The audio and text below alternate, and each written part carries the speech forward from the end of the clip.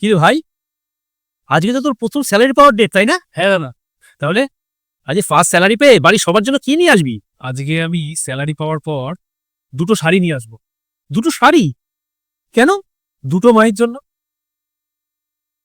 আসলাম। আচ্ছা ঠিক আছে।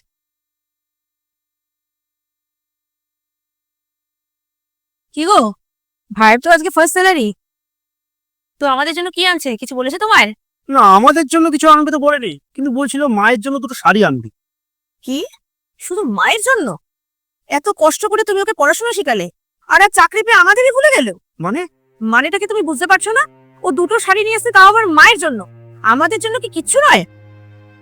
বৌদি, এই শাড়িটা তোমার জন্য। কি রে ভাই, এই শাড়িগুলো তো তুই মায়ের জন্য এনেছিলি, তাহলে তুই তো বৌদিকে দিচ্ছিস কেন?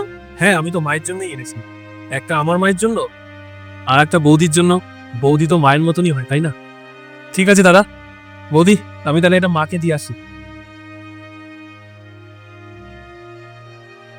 দেখেছো দেবজানি, আমাদের পারিবারিক শিক্ষা দীক্ষা না এতটা খারাপ না যে আমার ভাই মা আর বৌদির মধ্যে কোনো পার্থক্য করে ফেলবে।